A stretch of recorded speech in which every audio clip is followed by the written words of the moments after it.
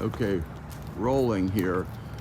Dave All's YouTube channel and the G Contos roofers are here this morning removing my 1979 Skylight, motorized Skylight, to put in a piece of plywood in preparation for solar panels. So when this Skylight was installed in 1979 facing south, it was a passive solar collector.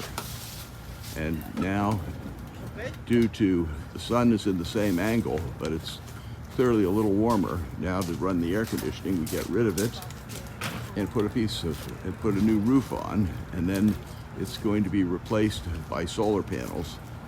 And then, by the way, I'll just pan up here for a minute so you can see my over-the-air antenna and to be installed new high elevation ham radio antenna.